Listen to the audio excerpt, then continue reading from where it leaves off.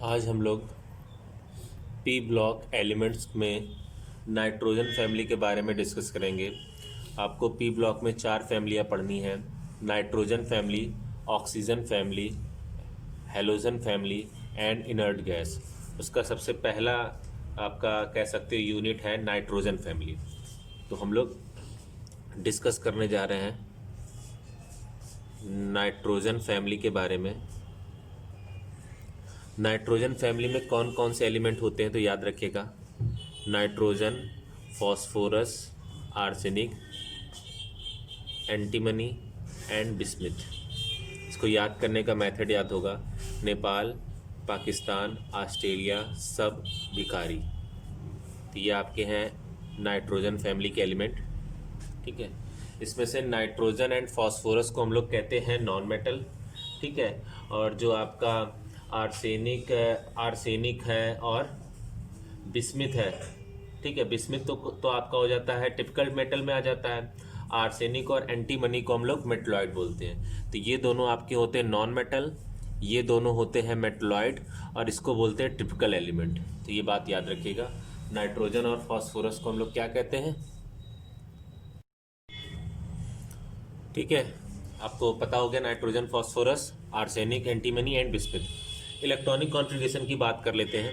जो nitrogen family होता है इसका जनरल इलेक्ट्रॉनिक कॉन्फ़िगरेशन होता है NH2 NP3, यानी इसके लास्ट में NH2 NP3 आएगा। किसी का भी आप इलेक्ट्रॉनिक कॉन्फ़िगरेशन करके देख सकते हैं, जैसे नाइट्रोजन 1s2 2s2 2p3।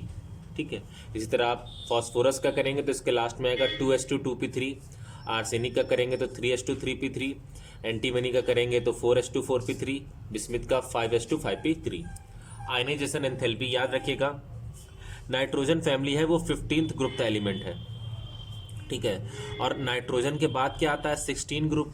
और हमें पता है कि जो आयनाइजेशन एंथैल्पी होती है वो लेफ्ट टू राइट जाने पर क्या होती है, इंक्रीज होती है। बट जो 5th ग्रुप के एलिमेंट होते हैं, यानी जो नाइट्रोजन फैमिली है, इसकी जो आयनाइजेशन पोटेंशियल होगा वो क्या होगा, हाइयर होगा, due to half field configuration. Due to half field configuration, half field configuration की वजह से इसका जो नाइट्रोजन फैमिली होते हैं इसका जो आयनाइजेशन पोटेंशियल होता है वो क्या होता है, हाई होता है, यानी एक्स्ट्रा स्टेबिलिटी देते हैं। कौन से, हाफ फील्ड पी ऑर्बिटल। तो ये बात आप याद रखिएगा। जैसे नाइट्रोजन, ऑक्सीजन, यहाँ कार्बन ले लिया। अगर हम आपसे पूछ लें किसकी आयनाइजेशन पोटेंशियल सबसे ज़्यादा होगी, तो कार्बन और नाइट्रोजन में नो डाउट नाइट्रोजन की ज़्यादा होगी।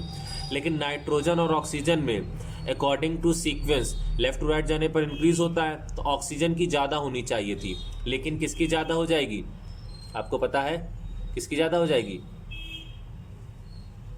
नाइट्रोजन की, due to half field P orbital. ये बात आप याद रखिएगा। ठीक है, अब हम लोग देखते हैं एनोमलस बिहेवियर ऑफ नाइट्रोजन, कि नाइट्रोजन का कौन कौन से बिहेवियर है जो अपने ग्रुप से उसको क्या करते हैं, अलग करते हैं। तो ऐसा क्या है बिहेवियर, तो आप याद रखिएगा, कुछ पॉइंट हैं। जैसे पहला है ड्यू टू स्मॉल साइज। जो नाइट्रोजन का साइज है वो अपने ग्रुप में सबसे क्या है, छोटा है, ड्यू टू स्मॉल साइज। दूसरा है nitrogen can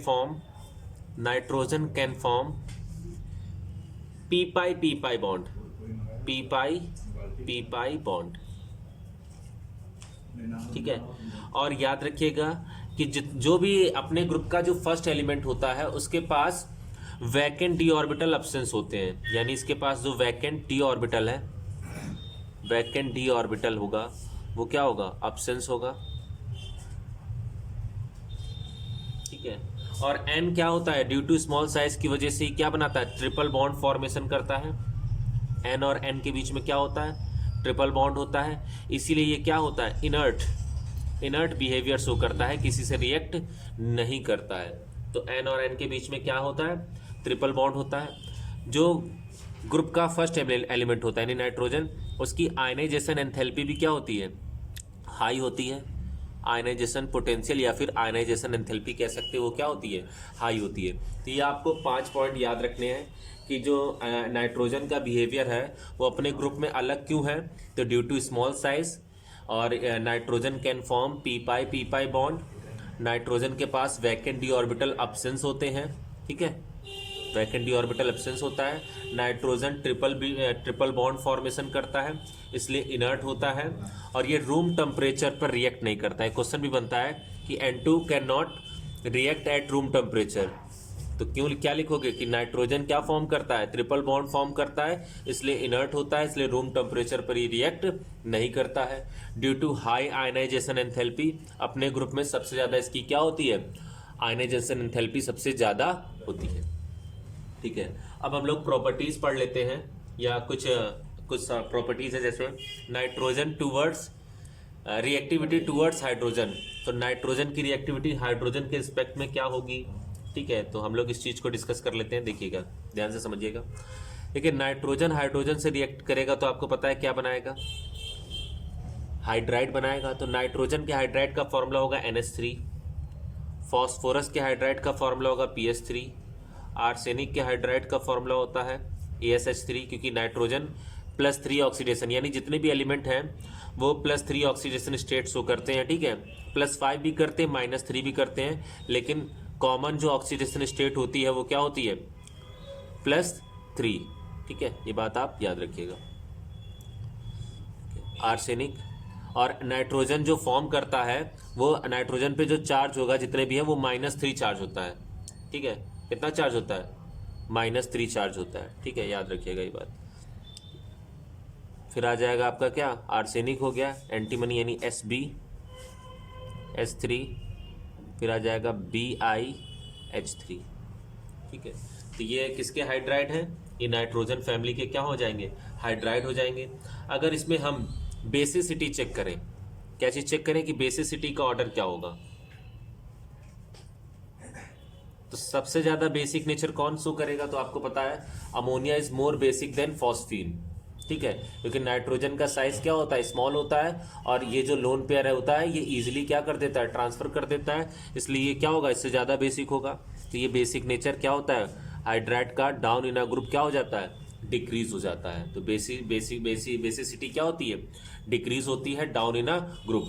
reactivity towards oxygen, तो ऑक्सीजन के रिस्पेक्ट में क्या होगा, ये N का ऑक्साइड बनेगा N2O3, P का ऑक्साइड बनेगा P2O3, ठीक है। आर्सेनिक का ऑक्साइड बनेगा AH2O3, एंटीमनी का ऑक्साइड बनेगा Sb2O3, ठीक है। और लास्ट वाला बिस्मिथ का ऑक्साइड बनेगा Bi2O3, ठीक है। याद रखिएगा नाइट्रोजन और फॉस्फोरस आपके क्या थे, नॉन मेटल थे, तो इसके ऑक्साइड क्या शो करेंगे, एसिडिक नेचर शो करेंगे।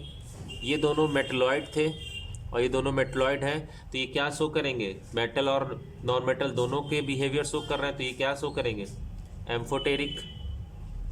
और ये आपको बताया था टिपिकल मेटल है, तो ये हो जाएगा मेटल है, यानी क्या शो करेगा, इसका ऑक्साइड क्या होगा, बेसिक नेचर होगा। तो जो नॉन मेटल होते हैं उनके ऑक्साइड एसिडिक होते हैं, जो मेटलॉइड होते हैं उनके ऑक्साइड एम्फोटेरिक होते हैं, और जो मेटल होते हैं उनके ऑक्साइड Bi2O3 बोला था, सॉरी, जो उनके ऑक्साइड होते हैं वो क्या होते हैं, बेसिक होते हैं, ठीक है। अब हम लोग बात कर लेते हैं रिएक्टिविटी टूवर्ड्स हेलोजन। तो ये बनाएगा NCl3, ठीक है। और अगर हम नाइट्रोजन, चलो NCl3 और P क्या बनाएगा, PCl3 एंड PCl5 बोथ बनाएगा, दोनों बनाएगा। ये क्वेश्चन भी पूछ लिया जाता है कि N can form only NCl3 but P form PCl3 and PCl5 both. या ऐसे पूछ लेगा कि N NCl3 बनाता है लेकिन NCl5 नहीं बनाता है, क्यों, तो आप इसका आंसर क्या देंगे,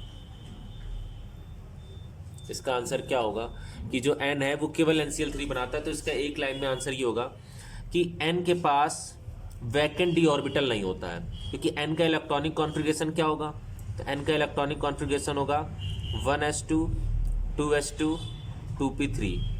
इसके पास हम 2d0 नहीं लिख सकते क्योंकि 2d ऑर्बिटल पॉसिबल ही नहीं है, तो इलेक्ट्रॉन केवल कहाँ आ सकते हैं, p ऑर्बिटल में आ सकते हैं, और 3 पहले से थे, और कितने आ सकते हैं, केवल 3 कैपेसिटी इसके पास आने की, तो ये 3 कोवेलेंट बॉन्ड फॉर्मेशन कर सकता है, इसलिए n केवल क्या बनाएगा, NCl3 बनाएगा।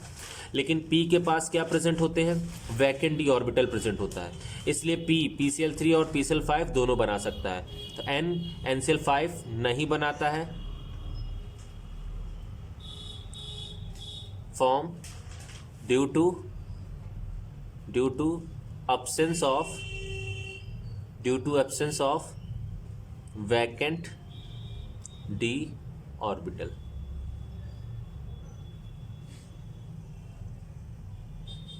Due to absence of vacant D orbital.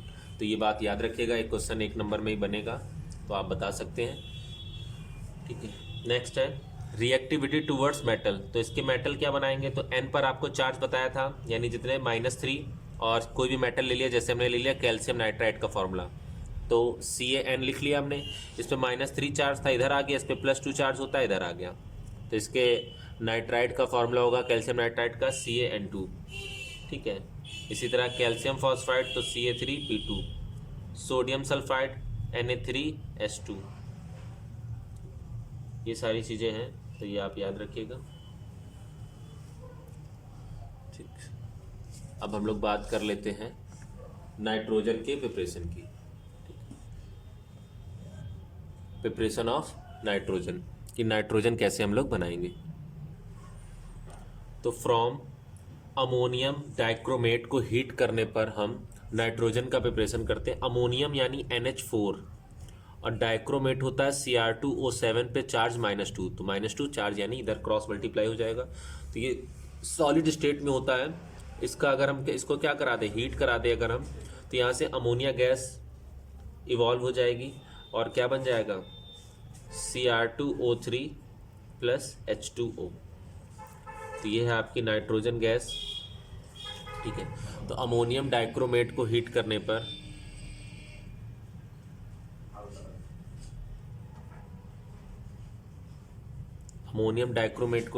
पर क्या कौन सी गैस इवॉल्व होती है, नाइट्रोजन गैस इवॉल्व होती है। क्या क्या प्रॉपर्टीज़ हैं, तो याद रखिएगा नाइट्रोजन की क्या क्या प्रॉपर्टीज़ हैं। तो नाइट्रोजन क्या होती है, अडरलेस होती है, टेस्टलेस होती है। ठीक है, एक most important point, non toxic होती है।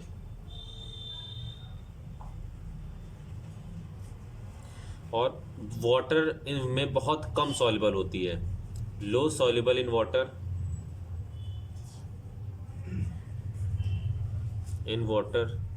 और आपको पता होगा कि नाइट्रोजन का यूज़ हम लोग रेफ्रिजरेटर यानी जो आइस इंडस्ट्री होती है वहाँ भी यूज़ करते हैं, यानी इसका जो फ्रीजिंग पॉइंट होता है बहुत ही लो होता है, लो फ्रीजिंग एंड बॉइलिंग पॉइंट। और आपको बताया था केमिकली इट इज़ इनर्ट। ये क्या होती है, इनर्ट होती है रूम टेम्परेचर पर, हाई टेम्परेचर पर रिएक्ट करती है। क्यों रिएक्ट करती है, क्योंकि नाइट्रोजन क्या बनाता है, ट्रिपल बॉन्ड फॉर्मेशन करता है, और ट्रिपल बॉन्ड को तोड़ने में बहुत हाई एनर्जी की रिक्वायरमेंट होती है, इसीलिए केमिकली क्या होती है, इट इज़ इनर्ट। तो ये बात आप याद रखिएगा। ठीक, हाई टेम्परेचर पर रिएक्ट करती है। तो ये कुछ प्रॉपर्टीज़ थी नाइट्रोजन की। ठीक है, आपको हम वही टॉपिक क्लियर कर रहे हैं जो आपके सिलेबस में है, इसीलिए मैंने जो सिलेबस में था उसको एक जगह पे हेडिंग आपकी नोट कर दी है, और वही टॉपिक पढ़ा रहे हैं आपको, जो CBSE और SSC दोनों में है। दोनों में लगभग इक्वली रिड्यूस हुआ है सिलेबस, तो दोनों के लिए ये है आप वीडियो